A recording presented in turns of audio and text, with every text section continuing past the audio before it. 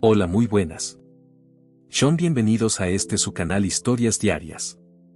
Como el mismo nombre lo dice, tendremos una o varias historias diariamente en su canal. También me pueden encontrar en TikTok como Historias Diarias. Pueden checar el canal por nuevos updates.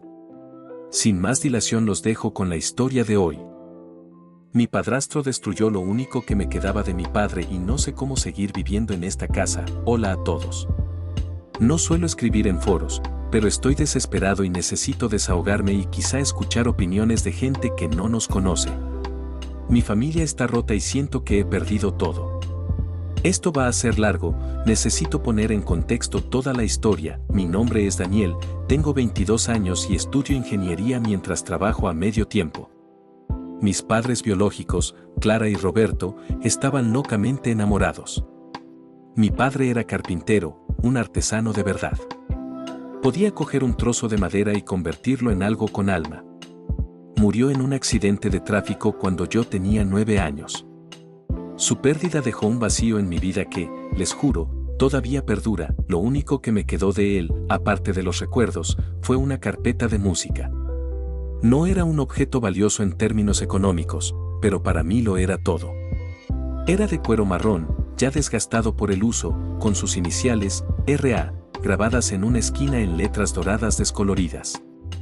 Dentro guardaba las partituras de las canciones que le gustaba tocar en su guitarra, algunas anotadas a mano, con sus correcciones y sus pequeños dibujos en los márgenes. Esa carpeta olía a él, a madera y a tabaco de pipa.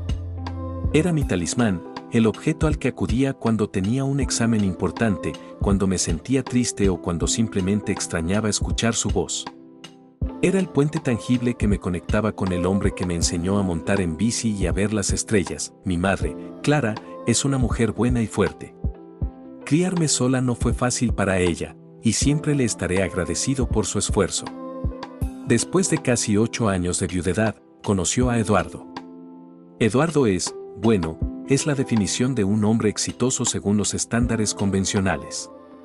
Es contador, metódico, ordenado hasta la obsesión y con una necesidad de control que al principio confundimos con tener las ideas claras. Cuando empezaron a salir, yo tenía 17 años. Eduardo era amable, en su manera fría.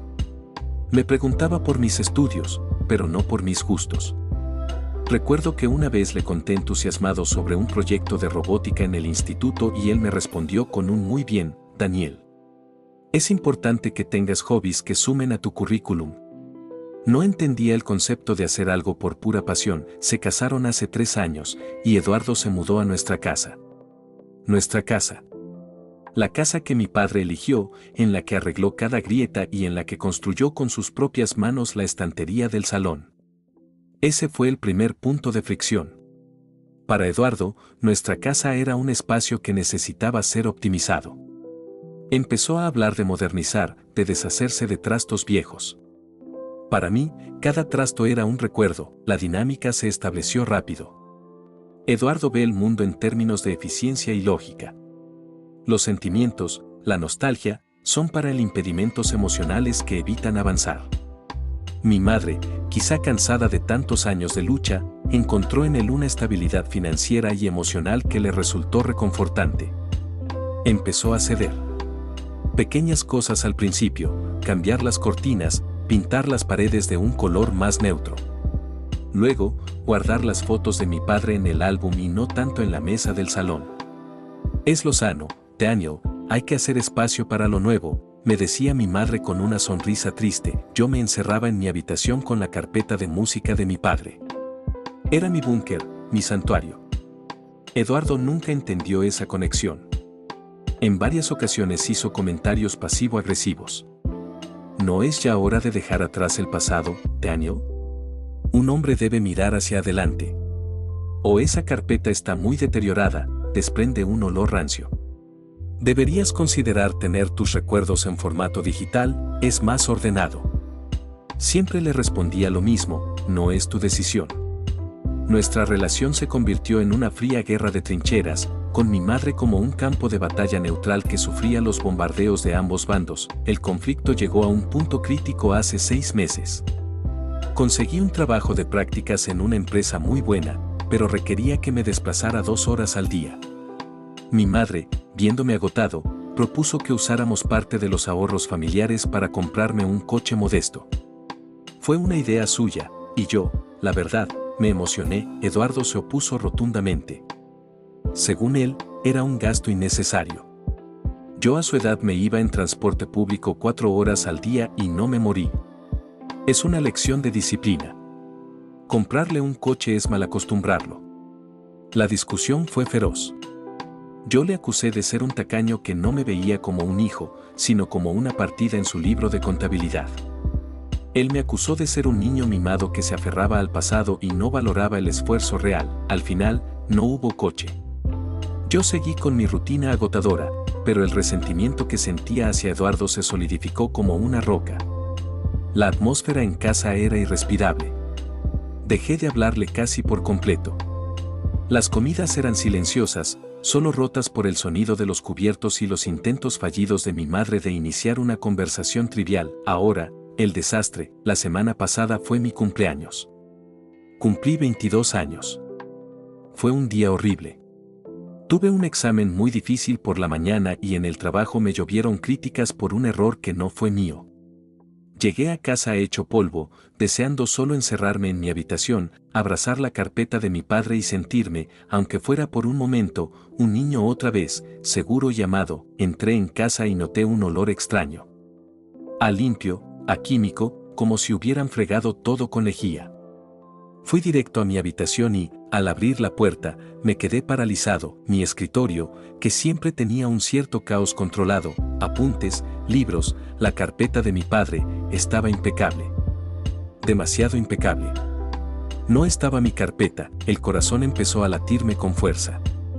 Abrí el cajón. No estaba. Busqué en la estantería, debajo de la cama, en el armario. Nada. Una bola de hielo se formó en mi estómago y empezó a expandirse. Salí de mi habitación como un loco y encontré a mi madre y a Eduardo en el salón, viendo la televisión con aire de normalidad. «Mamá, ¿has visto la carpeta de papá?», le pregunté, intentando mantener la calma. Ella me miró y pude ver un destello de incomodidad en sus ojos. Miró a Eduardo y luego de nuevo a mí. «Eduardo, hizo una limpieza a fondo hoy, cariño». Eduardo apagó la televisión con el mando y se giró hacia mí con su postura recta y serena. «Sí, Daniel. He decidido que era momento de hacer una limpieza profunda en la casa. Tu habitación era un foco de polvo y bacterias. Esa carpeta vieja estaba llena de ácaros y suciedad. El cuero se estaba deshaciendo». Le miré, sin poder creer lo que estaba escuchando. «¿Dónde está?». Mi voz era un hilo. «Sacó la basura hoy por la tarde», dijo él, con una tranquilidad que me hizo hervir la sangre. Era basura, Daniel. Solo basura. Material orgánico en descomposición. He reciclado el papel, por supuesto. Hay que ser responsables con el medio ambiente. El mundo se detuvo. La tiraste. Las palabras salieron entrecortadas. Tiraste la carpeta de mi padre. Daniel, por favor, no dramatices. Eduardo suspiró, como si estuviera explicándole algo a un niño pequeño y terco. Era un objeto viejo e insalubre. Tu padre era un hombre práctico, estoy seguro de que no habría querido que guardaras algo en ese estado. Te he comprado una tablet nueva. Puedes digitalizar todas esas fotos que tengas y guardar tus cosas allí. Es el progreso. No me compró la tablet por amabilidad. Fue un trueque. Un cálculo. El objeto viejo por el objeto nuevo. No entendía, ni entenderá jamás, que no se pueden digitalizar las manchas de café de mi padre en una partitura. No se puede escanear el olor a su pipa. No se puede guardar en un archivo la sensación del cuero gastado bajo mis dedos.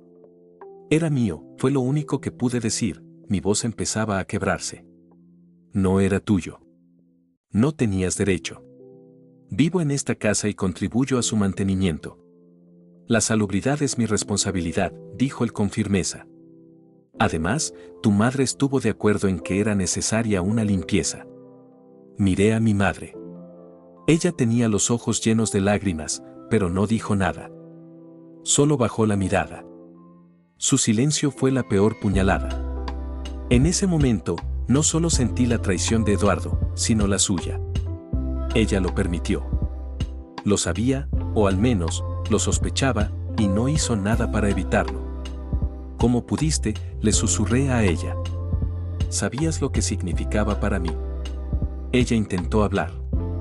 Daniel, hijo, Eduardo solo quería, la casa olía a cerrado, y con tu alergia, no me vengas con eso, grité, perdiendo los últimos vestigios de mi control. Era lo único que me quedaba de él. Era lo único real.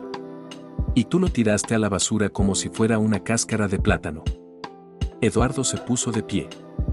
No levantes la voz a tu madre. He tomado una decisión pensando en el bienestar de esta familia. Si no eres capaz de ver la lógica detrás de ello, es tu problema. Estás actuando como un niño inmaduro. Mi padre no habría tirado nunca algo que fuera importante para mí, le grité en la cara. Él sabía lo que era el amor. Tú solo sabes de números y de control.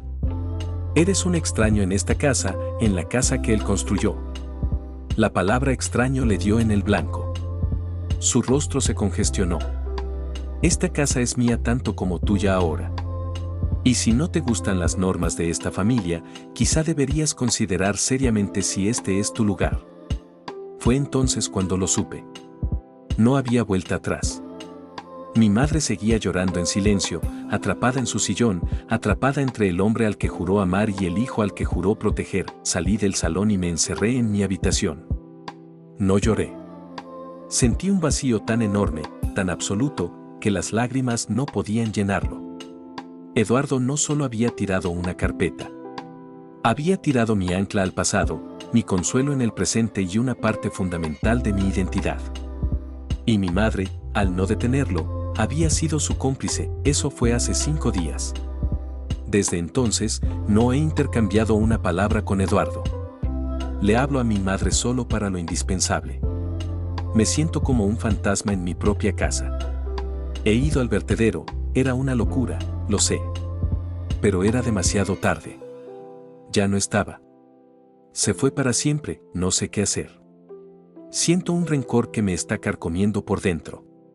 Cada vez que veo a Eduardo, no veo a un hombre, veo al monstruo que destruyó mi herencia más preciada.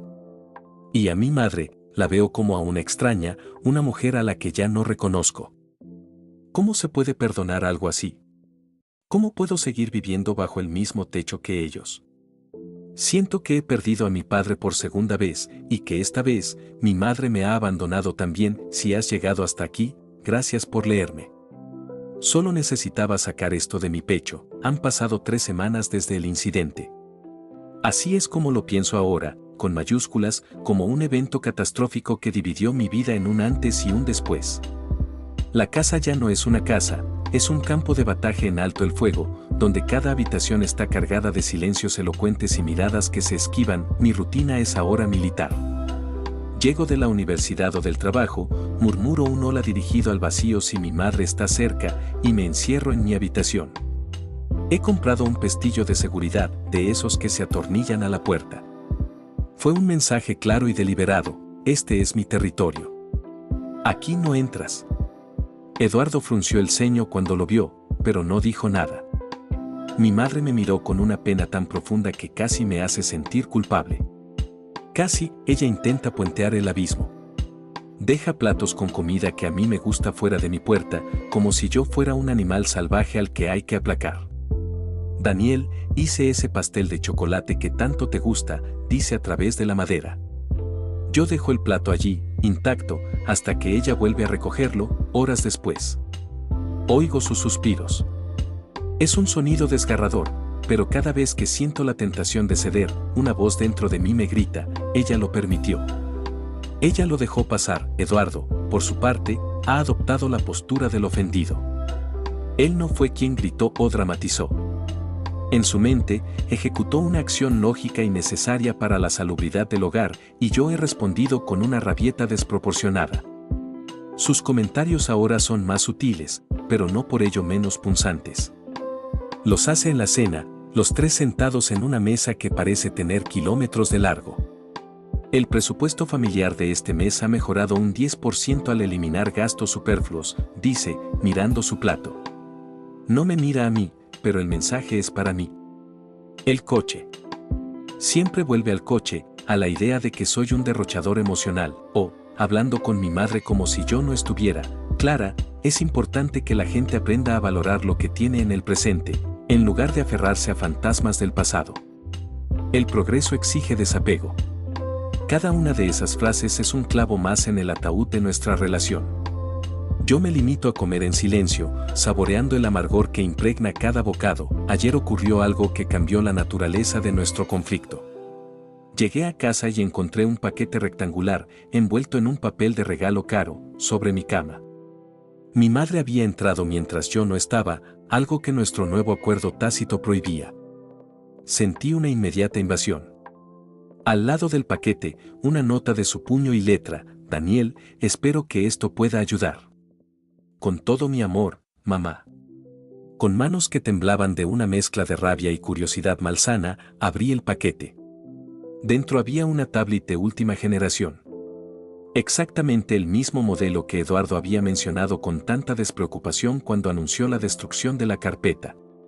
Y debajo, una carpeta de cuero nueva, impecable, vacía. Me quedé mirando los dos objetos, sintiendo un vacío aún más profundo que el que sentí cuando supe que la carpeta de mi padre se había ido. Esto era peor. Esto era un intento de reemplazo. Uno olvida eso, ten esto otro. La tablet, un símbolo de la fría lógica de Eduardo. La carpeta nueva, un pobre y patético sustituto que solo servía para subrayar la irreemplazabilidad de la original. No pude contenerme.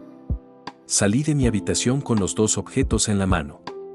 Encontré a mi madre sola en el salón, doblando la ropa. Su mirada se iluminó por un segundo al verme, esperando quizá un atisbo de gratitud. ¿Qué es esto, mamá?, pregunté, y mi voz sonó áspera, como llena de gravilla. Es un regalo, cariño.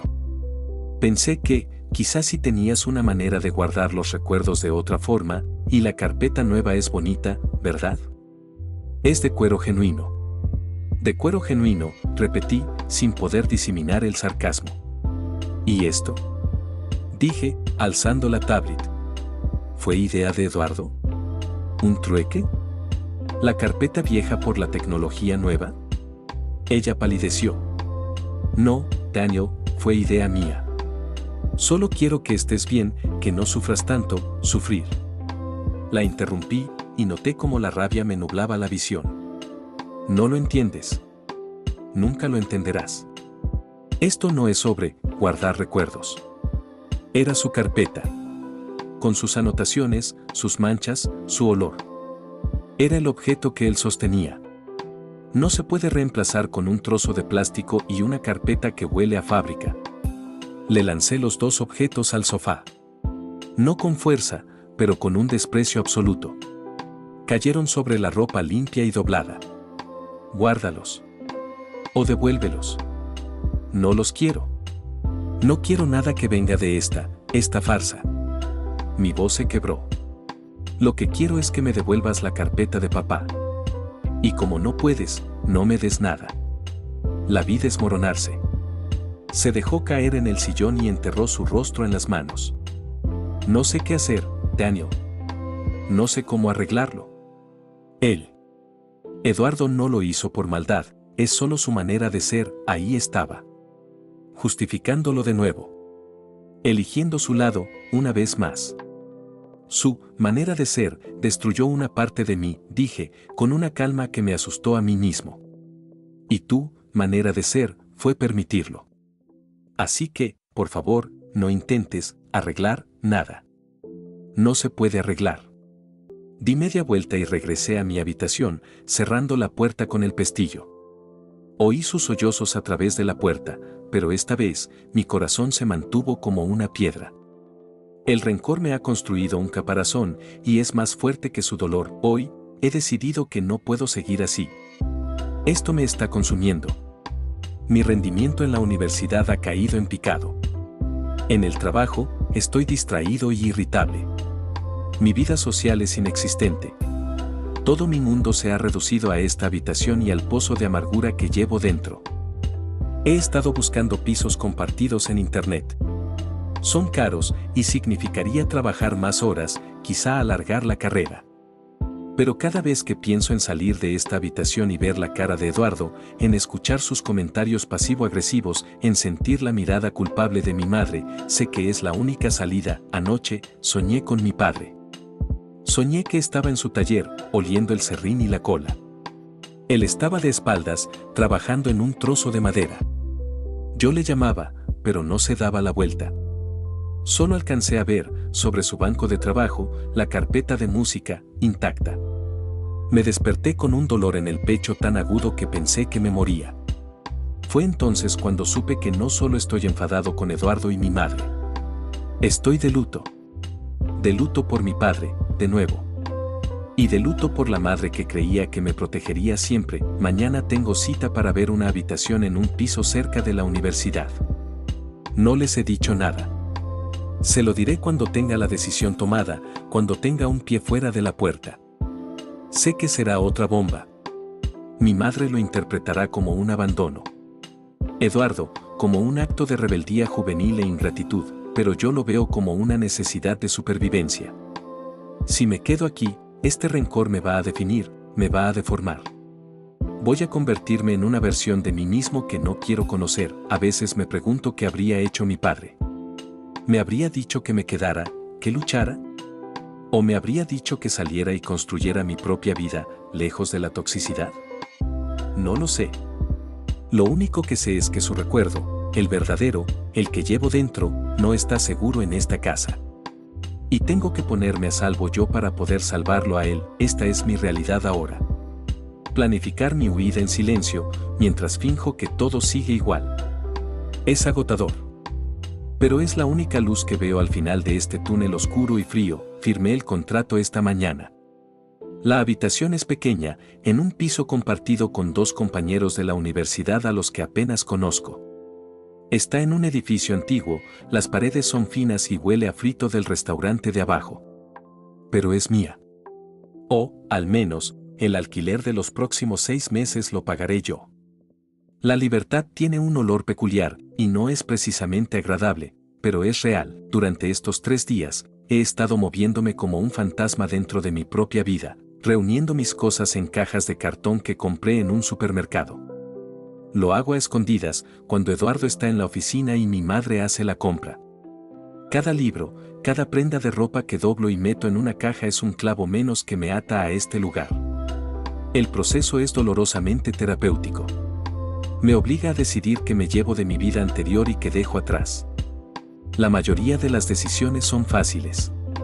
Pero hay una que me paraliza. En el fondo de mi armario, guardado en una caja de zapatos, está el tesoro. Así lo llamábamos mi padre y yo. Un montón de tonterías sin valor, una piedra especialmente lisa que encontramos en el río, un imán con la forma de un tren, la llave oxidada de no sé qué, y una foto. Una foto Polaroid, descolorida por el sol. Mi padre y yo, con la cara manchada de chocolate, sonriendo como locos frente a una tarta de cumpleaños. Yo tendría 6 años. Es la única foto donde no estamos posando. ¿Estamos viviendo, me la llevo? ¿O la dejo aquí, en la tumba que esta casa se ha convertido? Si me la llevo, siento que estoy manchando su recuerdo con mi huida. Si la dejo, es como abandonarlo una segunda vez. Al final, la he guardado en el bolsillo interior de mi chaqueta. Irá conmigo. No puedo separarme de ella. La conversación con mi madre fue anoche. Ya no podía seguir ocultándolo. Esperé a que Eduardo se retirara a su estudio, supuestamente a trabajar. Ella estaba en el sofá, viendo una serie sin realmente verla. Su mirada estaba perdida, como ha estado estos últimos días. Mamá, tenemos que hablar. Se sobresaltó levemente, como si mi voz, después de tanto silencio, fuera un sonido extraño. Apagó la televisión.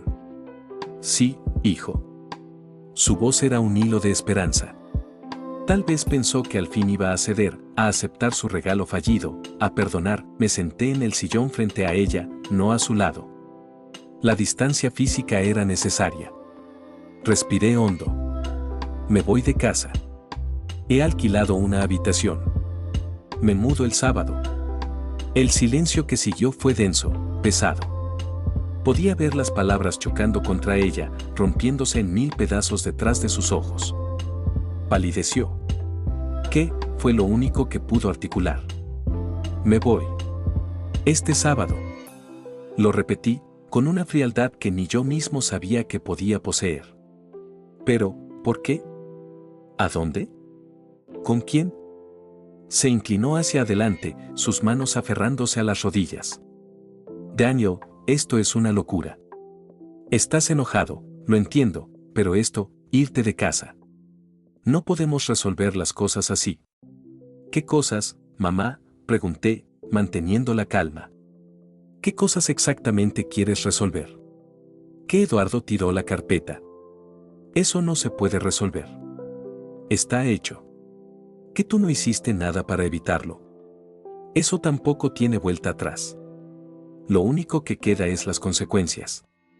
Y una de ellas es que yo no puedo vivir bajo el mismo techo que la persona que lo hizo y la persona que lo permitió.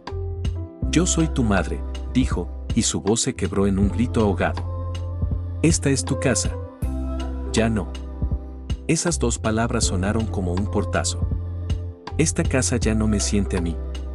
Y yo ya no me siento en ella. Desde que él llegó, todo ha ido cambiando, y lo de la carpeta fue solo la gota que colmó el vaso.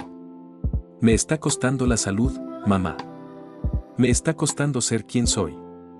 Ella empezó a llorar, un llanto silencioso y desesperado que le sacudía los hombros. ¿Y qué hago yo? ¿Me quedo aquí sola con esto? Esa pregunta me atravesó. Porque no era como podemos arreglarlo, o te echo de menos. Era y yo. En su dolor, seguía estando su propio miedo a la soledad, a enfrentar las consecuencias de sus actos sin mí como amortiguador. No estás sola, mamá. Tienes a tu marido. No pude evitar el tono cortante. El que solo quería lo mejor para la familia. Supongo que ahora tendrán la casa más limpia y ordenada. Sin mis trastos, punto. No es justo que me hagas esto. Su llanto se volvió más agudo. Yo no tiré la carpeta. Pero sabías que iba a pasar, estallé yo, perdiendo por fin la compostura. Viste cómo hablaba de ella, viste su obsesión por el orden. Y no pusiste un límite. No protegiste lo mío. No me protegiste a mí.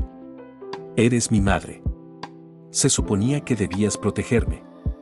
Me levanté, incapaz de seguir sentado. La rabia me temblaba por dentro. Y ahora, en lugar de entender el daño que me hicieron, me acusas a mí de hacértelo a ti. Eso lo dice todo, mamá. Absolutamente todo. En ese momento, la puerta del estudio se abrió. Eduardo estaba allí, de pie, con el ceño fruncido. Debía de haber estado escuchando. Daniel, tu madre está alterada. Este no es el momento para este tipo de discusiones. Su voz era el epítome de la razón, lo que lo hacía aún más insufrible. Claro que no, le espeté. El momento adecuado era hace 3 semanas, antes de que convirtieras los recuerdos de mi padre en papel reciclado. Se te pasó. Él dio un paso al frente, con los puños apretados a los lados. Vas a disculparte con tu madre por tu tono. Me voy el sábado, le dije, mirándole fijamente. Pueden tener su paz. Su orden. Su casa perfecta. Ya no seré un impedimento emocional en su vida. Vi algo en sus ojos entonces. No era arrepentimiento. Quizá era incomodidad. La misma incomodidad que siente un contable cuando los números no cuadran. Yo era una variable que se negaba a ser cuantificada, un gasto imprevisto que se iba por su propia cuenta, desbaratando su presupuesto familiar perfecto. No tomes una decisión precipitada, dijo, con una rigidez que delataba su falta de auténtica convicción. Piensa en tu futuro. Eso es justo lo que estoy haciendo, respondí. Pensando en un futuro donde no tengo que mirarte a la cara cada día. Di media vuelta y me encerré en mi habitación por última vez para tener esa conversación. Oí a mi madre llorar y la voz baja y constante de Eduardo intentando calmarla. No sonaba a consuelo, sonaba a un informe de daños. Hoy, he empacado la última caja. Solo queda la maleta con lo esencial para estos 2 días. El silencio en la casa es absoluto. Es el silencio de lo que se acaba. El sábado me iré. No sé qué pasará después. No sé si mi madre me hablará alguna vez sin reproches. No sé si podré perdonarla. Solo sé que, por primera vez en semanas, al tomar esta decisión, he vuelto a respirar. Es una respiración dolorosa, como la de un pulmón que ha estado comprimido durante mucho tiempo, pero es aire.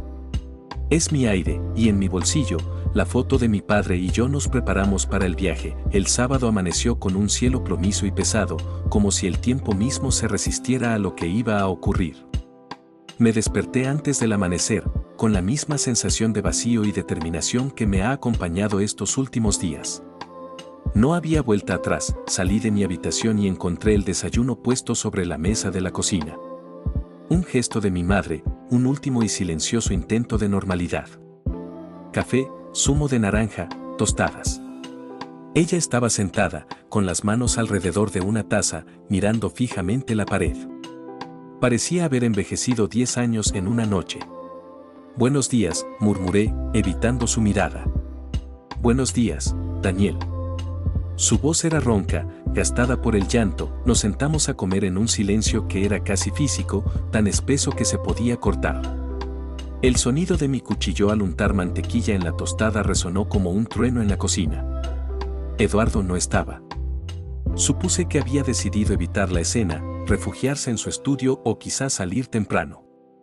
Era más fácil para él tratar con números que con emociones desgarradoras. ¿Necesitas que te lleve en el coche?, preguntó mi madre al final, rompiendo el silencio con un hilo de voz. No, gracias. He pedido un taxi. Vendrá dentro de media hora.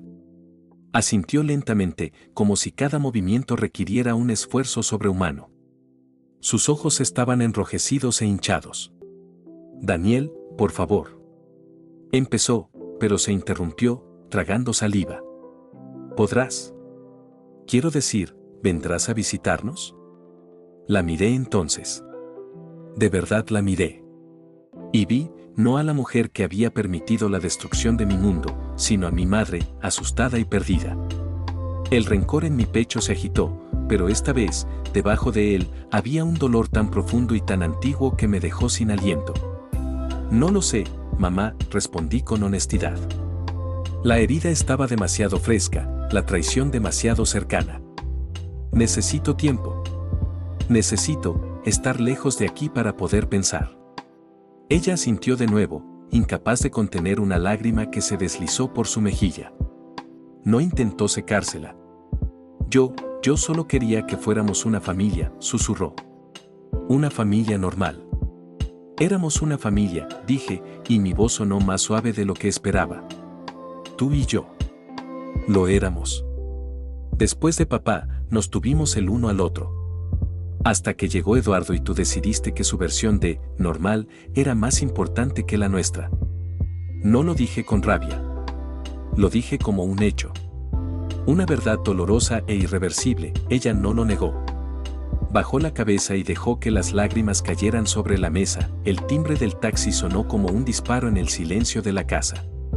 Me levanté, mi corazón empezó a latir con fuerza. Este era el momento. Es el taxi, dije, y necesariamente, fui a mi habitación y salí con mi maleta y la caja más pesada, la de los libros. Mi madre se quedó sentada en la cocina, inmóvil. Cuando volvía por la segunda caja, se había levantado y estaba de pie junto a la puerta principal, como un espectro. El taxi esperaba afuera, con el motor en marcha. El conductor, un hombre de mediana edad con aire aburrido, me ayudó a cargar las cajas en el maletero. Cada caja que salía de la casa era un peso menos, pero también un lazo que se rompía. Cuando todo estuvo cargado, me quedé en la puerta, mirando a mi madre. Ella me miraba a mí, con los brazos cruzados sobre el pecho, como si tuviera frío. Cuídate, Daniel, dijo, y su voz era apenas un susurro. ¿Tú también, mamá? Hubo un momento de vacilación. Un abismo entre nosotros que ni las palabras ni los gestos podían cruzar. El impulso de abrazarla, de consolarla, luchó contra el muro de hielo que había construido alrededor de mi corazón.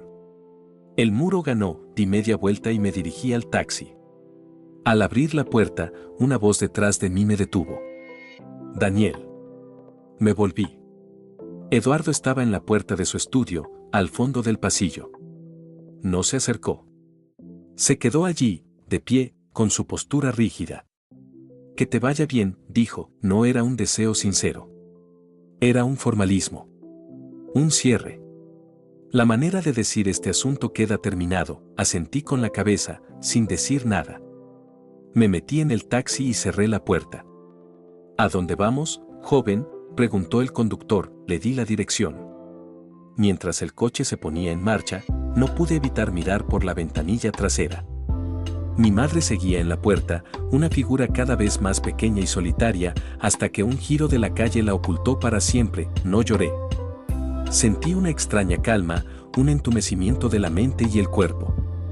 El taxi se adentró en la ciudad, alejándose del barrio residencial donde había crecido, llevándome hacia lo desconocido. Llegué al nuevo piso. Mis nuevos compañeros, Marcos y Laura, me ayudaron a subir las cajas. Son amables, pero distantes.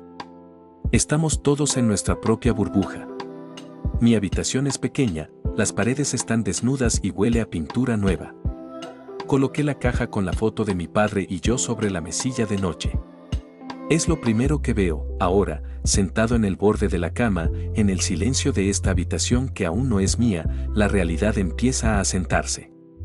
Me he ido. Lo he hecho. La guerra en casa ha terminado, y yo he sido el que se ha rendido, el que ha abandonado el campo de batalla, pero no siento derrota. Siento un agotamiento profundo, un dolor sordo y persistente, pero también un atisbo de paz. La paz de saber que ya no tengo que caminar sobre cáscaras de huevo. La paz de saber que, a partir de ahora, las decisiones son mías. Todas. Las buenas y las malas, se suponía que esto era lo que quería. La libertad. Pero la libertad, descubro, también es un lugar muy solitario. Mi teléfono vibra. Es un mensaje de mi madre. ¿Has llegado bien? La miro durante un largo rato. Un millar de respuestas cruzan por mi mente. Respuestas llenas de rabia, de dolor, de reproches. Al final, simplemente escribo, sí. He llegado. Y apago el teléfono. El silencio en la habitación es ahora absoluto. Afuera, la ciudad sigue su ritmo, ajena a mi drama. Mi nueva vida ha comenzado. Y no tengo ni idea de cómo va a ser. El silencio es lo primero que noté. No el silencio tenso y cargado de mi casa, sino un silencio vasto y impersonal que llena cada rincón de esta habitación que aún se niega a sentirse como un hogar. Las primeras noches fueron las peores. Me despertaba a las 3:17 de la madrugada, desorientado, esperando oír el crujido familiar de la madera en el pasillo o el lejano rumor de la televisión. Solo escuchaba los ronquidos tenues de Marcos desde la habitación de al lado y el zumbido constante de la nevera. Un zumbido que se ha convertido en la banda sonora de mi nueva soledad. El piso compartido es funcional. Marcos estudia informática y es un fantasma que se desliza hacia la cocina para hacer café y desaparece detrás de su pantalla. Laura trabaja en marketing, siempre con prisa, siempre con el teléfono pegado a la oreja. Nos saludamos, a veces compartimos un café, intercambiamos frases sobre la factura de la luz. Es una convivencia civilizada, estéril. Nadie pregunta por qué me mudé. Nadie parece importarle. Aquí, mi drama no existe. Soy solo otro estudiante con una maleta y cajas de cartón. La universidad y el trabajo se han convertido en mis refugios. Son espacios donde puedo interpretar el papel de Daniel, el estudiante o Daniel, el empleado. Donde las conversaciones giran en torno a proyectos y deadlines, no alrededor de agujeros negros en el pecho. Me he vuelto bueno disimulando. Sonrío cuando es necesario, asiento, participo. Pero por dentro, soy un actor que recita líneas en una obra absurda. Mi madre me escribe mensajes cortos, cuidadosos, como si caminara sobre cristales. ¿Cómo estás? Hace frío, Abrígate. Te echo de menos. Suelo responder con monosílabos. Bien. Vale. Gracias. Es un baile triste y distante. Cada mensaje suyo es un recordatorio de la herida abierta, y cada una de mis respuestas frías es un pequeño grano de sal sobre ella. A veces, cuando mi teléfono brilla con su nombre, siento una punzada de esperanza tan aguda que duele, seguida inmediatamente por el muro de rencor. Es agotador. Hace una semana, me atreví a abrir la caja donde metí las pocas fotos de mi padre que me llevé. No las de mi madre y él juntos, sino las de él solo, o él conmigo. Las extendí sobre la cama. Él sonriendo frente a su banco de trabajo. Él enseñándome a atar los cordones. Yo, en sus hombros, tocando el cielo con las manos. Y la Polaroid. La de las caras manchadas de chocolate. Por primera vez desde que todo pasó, lloré. No fueron sollozos dramáticos, sino un llanto silencioso y amargo que me sacudió desde algún lugar muy profundo. Lloré por la carpeta. Lloré por mi padre. Lloré por la madre que tenía antes, la que me leía cuentos y me protegía de las pesadillas. Lloré por el niño que fui y que ya no existe. Y, para mi sorpresa, también lloré por la casa que ya no es mi casa, por la familia que se deshizo y por la soledad inmensa que ahora cargo como una mochila llena de piedras. Fue un punto de quiebre. El dolor, por fin, había encontrado una salida. Ya no era solo rabia congelada. Era duelo. Ayer, pasó algo inesperado. Estaba en un parque cerca de la universidad, intentando estudiar, cuando vi a un hombre sentado en un banco, con una guitarra. No estaba tocando para la gente, solo para sí mismo. De repente, empezó a tocar una canción. Una canción de amor antigua, melancólica. No era una de las que mi padre solía tocar, pero el sonido de la guitarra, la cadencia de las notas, fue como un golpe directo al estómago. Cerré los ojos y por un solo segundo, pude oler el cuero de la carpeta, sentir la textura del papel bajo mis dedos. Fue tan real, tan vívido, que contuve la respiración. Cuando abrí los ojos, el hombre seguía tocando, ajeno a mi pequeño cataclismo interior. Y en lugar de la rabia habitual, sentí una tristeza profunda, pero limpia. No dirigida a Eduardo ni a mi madre. Solo una pena enorme por lo perdido. Entonces lo entendí. La carpeta no era el recuerdo. Solo era la llave. Y Eduardo, al destruirla, no pudo destruir lo que esa llave abría. La música seguía ahí, en mi cabeza. El amor de mi padre seguía ahí, en mi corazón.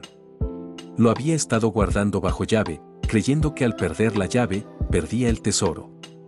Pero el tesoro siempre estuvo dentro de mí, no es que lo haya perdonado. Ni a él ni a mi madre. El daño es real y profundo. Pero esa rabia ya no me define. Ya no es el motor de mis días. Ahora es una cicatriz, no una herida abierta. Esta tarde, he vuelto a sacar la Polaroid. La he puesto en un marco barato de plástico y la he colocado en mi mesita de noche. Ya no es un artefacto de dolor. Es un recordatorio. Un faro. Mi teléfono ha vibrado. Es otro mensaje de mi madre. Han podado el árbol del jardín. El que plantó tu padre. Quería que lo supieras. Antes, hubiera leído un reproche en eso. Un mira cómo seguimos cambiando las cosas sin ti. Ahora, solo leo lo que dice, un hecho. Un pedazo de la vida que continúa en el lugar que ya no es mi hogar. He respondido. No con un bien o un vale. He escrito, con los dedos temblorosos, ese árbol siempre era muy frondoso. Espero que le haga bien la poda. No es un acercamiento. No es un perdón. Es solo un hilo, tan fino como la seda, tendido a través del abismo. No sé a dónde llevará. O si se romperá. Pero por primera vez, no me aterra intentarlo. La vida aquí es dura. Es solitaria. Es complicada. Pero es mía. Y hoy, por primera vez, al mirar la foto de mi padre y yo sonriendo con la cara sucia de chocolate, siento que no estoy tan solo. Él se vino conmigo. El otoño tiñe de dorado y carmesí los árboles visibles desde la ventana de mi habitación. La habitación ya no huele a pintura nueva. Ahora huele a café, a libros viejos y a mí. Sobre la estantería, junto a apuntes de resistencia de materiales, está el marco de plástico con la Polaroid. Ya no es un altar ni un recordatorio doloroso. Es solo una foto. Una parte de mi paisaje. La vida ha seguido su curso, implacable. Aprobé el semestre con mejores notas de las que esperaba. El trabajo se ha vuelto más llevadero, incluso me han dado más responsabilidades. Con Marcos y Laura hemos pasado de ser compañeros de piso a ser amigos. Cenas improvisadas los viernes, quejas compartidas sobre la factura del agua, una película en el sofá los domingos por la noche. Es una conexión sencilla, sin las complejidades ni el peso de la sangre. Me ha hecho bien, mi madre y yo hemos encontrado un nuevo equilibrio, uno frágil y cuidadoso. Nuestras conversaciones, primero limitadas a mensajes de texto, pasaron a llamadas breves los domingos por la tarde. Hablamos del tiempo, de su trabajo, de mis estudios. Evitamos dos temas con la destreza de diplomáticos experimentados, Eduardo y el pasado. Ella ya no me pregunta cuándo voy a visitarla. Yo ya no siento ese nudo de rencor en el estómago cuando veo su nombre en la pantalla. Hubo un domingo, hace un mes, en que la llamada se alargó más de lo habitual. Me contó, con una voz que intentaba sonar casual, que había empezado clases de cerámica. Algo con las manos, ya sabes, dijo. Como mi padre.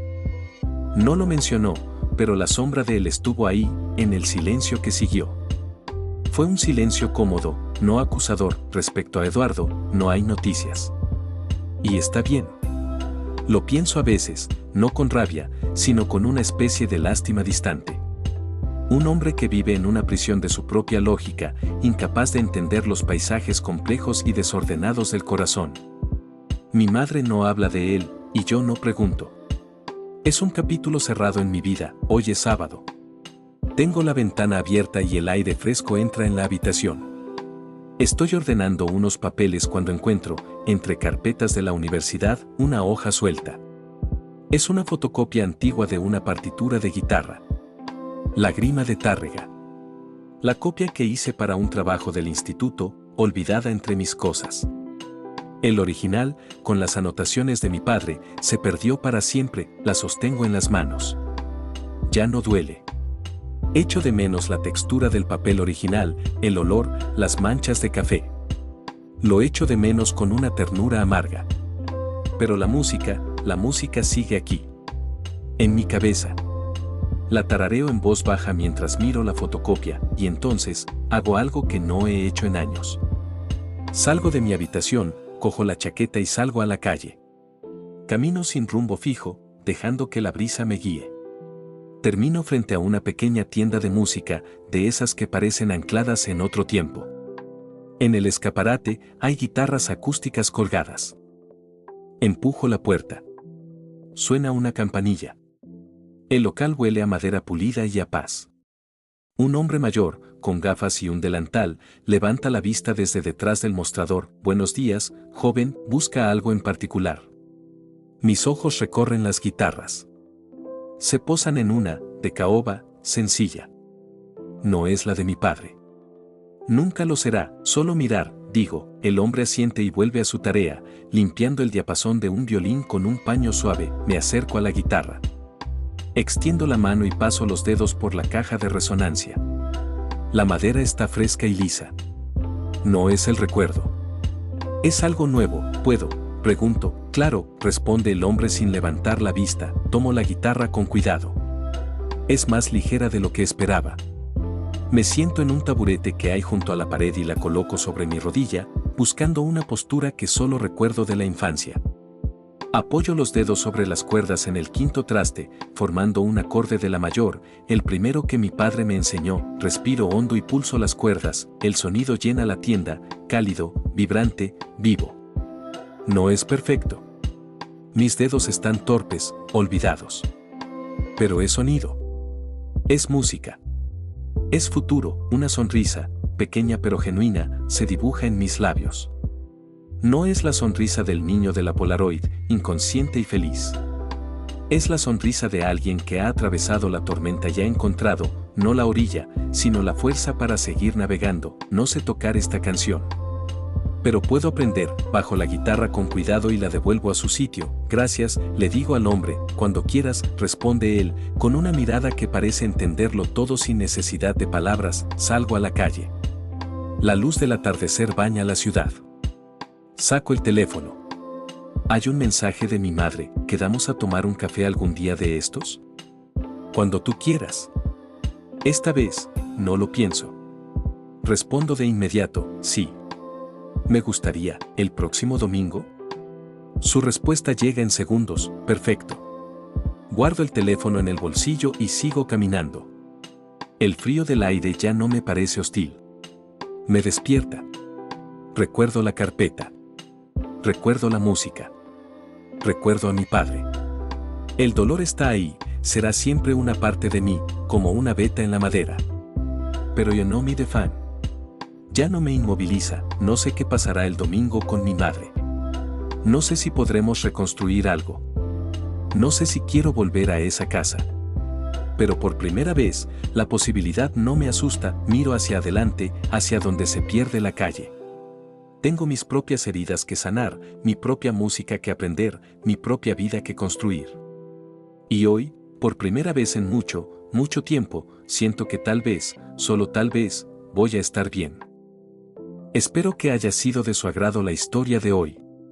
Recuerden que habrá una historia nueva diario en su canal. También no olviden seguirme en TikTok como Historias Diarias. Les deseo un buen día.